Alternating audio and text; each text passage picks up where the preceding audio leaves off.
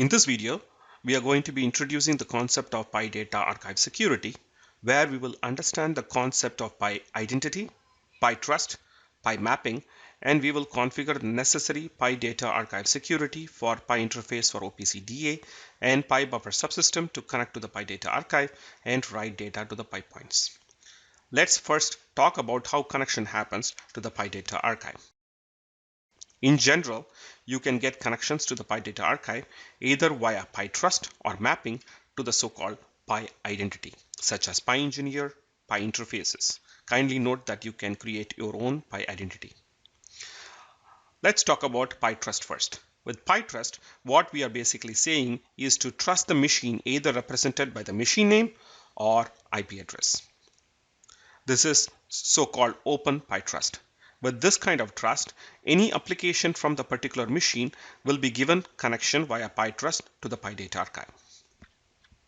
We can also tighten the security by specifying the machine name or IP, and we can also associate it with the application name such as Pi interface for OPC DA. This way, only Pi interface for OPC DA would be able to connect to the Pi data archive from the specified node. This type of Pi trust is called 2 plus Pi trust. Now, let's talk about mapping. The concept of mapping is very simple to understand. We know that on Microsoft Active Directory, we have either Active Directory group or individual users. Thus, with mapping, we can map either the Windows Active Directory group or users to a Pi identity. So let's look at an example. In this example, the Pi engineer's Pi identity is given both read-write access to the Pi tag called test tag. We have a Windows group called engineering team, which is mapped to Pi engineer's Pi identity. In such a kind of situation, any member belonging to the engineering team in the Active Directory will be able to get read-write access to the test tag. Now that we have spoken about the concept utilized for establishing connection to the Pi data archive, let's see how certain applications connect to the Pi data archive. In general, there are two applications or code bases that allow connection to the Pi data archive, namely Pi SDK and Pi API.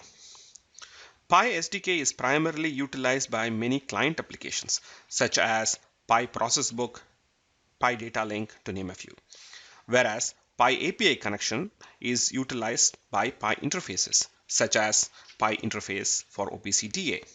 In order to establish connection to the Pi data archive using Pi SDK, either one needs to have Pi trust or Pi mapping.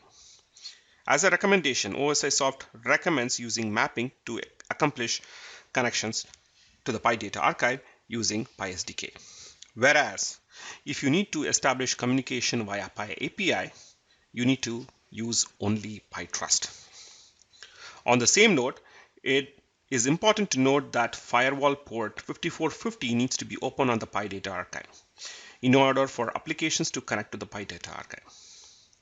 Properly configuring Pi security is very important.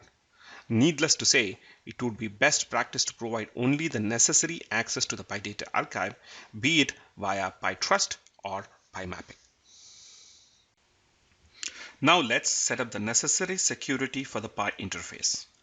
Let's first create a Pi identity that would be shared by both Pi interface for OPC DA and Pi buffer subsystem.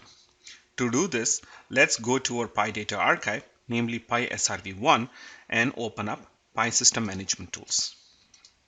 Let's go to Start, All Programs, Pi System, and select Pi System Management Tools. Now, let's open up Security and click on Identities, Users, and Groups.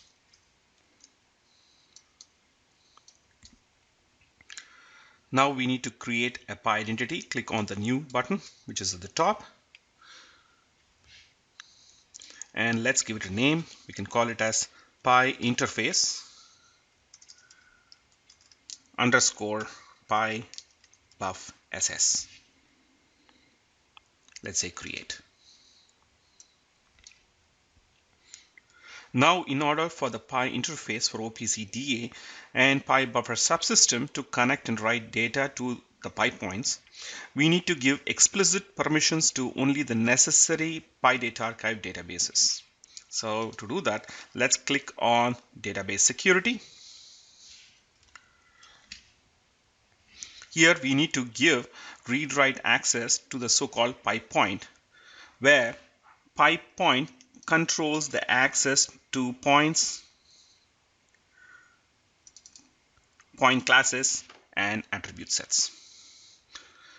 So to do this, double click on Pi point. Let's add the Pi identity that we just created.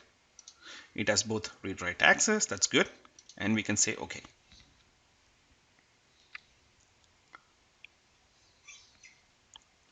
Since we know that Pi interfaces connect to the Pi data archive via API connection mechanism, we need to create the so-called 2+ truss.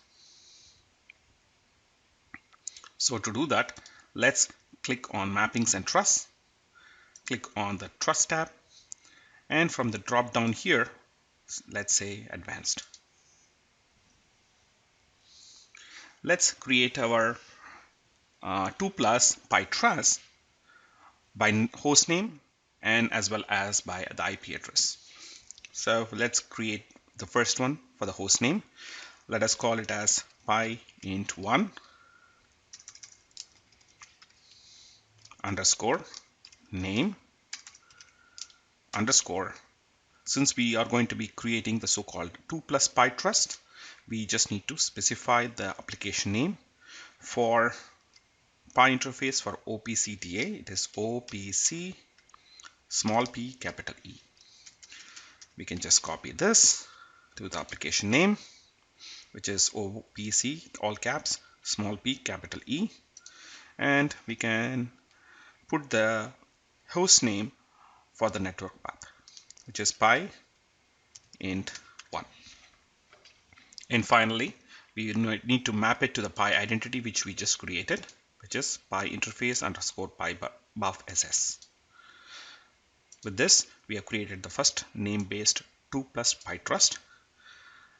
Now we need to create the IP-based 2+ Pi trust for the same node.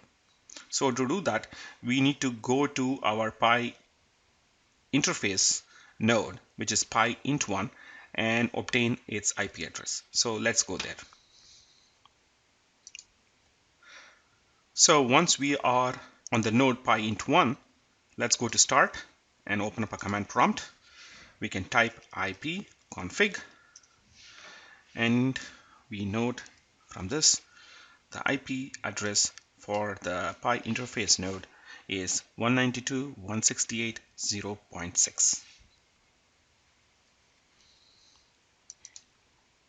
Now let's go back to our Pi data archive node and create the IP-based 2+ Pi trust. So once we are in the Pi data archive, we can just right click the already existing 2+ Pi trust which we just created and say copy. We can change the name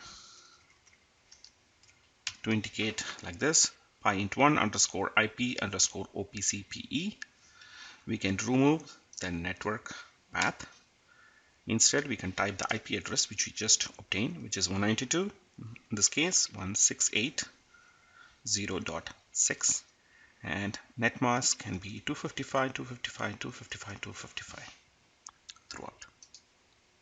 With this, we have created the so-called 2+ Pi trust for the Pi interface for OPC DA to connect to the Pi data archive.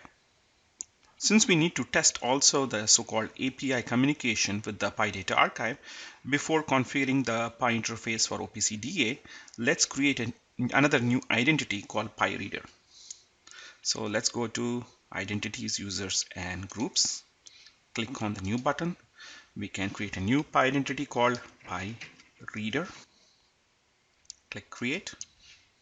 Now let's create the two so-called 2+ Pi trust for the API snap application to connect to the Pi data archive. To do this, let's go back to mappings and truss. Let's select an already existing 2 plus Pi Trust. Right click and say copy. In this one, I can change the name of the application to SnapE, which is the name of the application for the API. SNAP, capital E. We can copy this to the name of the application and change our Pi identity to Pi reader. Likewise, I can also do the same with the IP-based 2 plus Pi Trust as well. Say copy. I can change the name of the application and change the Pi identity to the Pi reader as well. To summarize, in this video, we introduced the concept of Pi data archive security, where we understood the concept of Pi identity, Pi trust, and Pi mapping. And we also configured the necessary Pi data archive security for Pi interface for OPC DA and Pi buffer subsystem to connect to the Pi data archive and write data to the Pi points.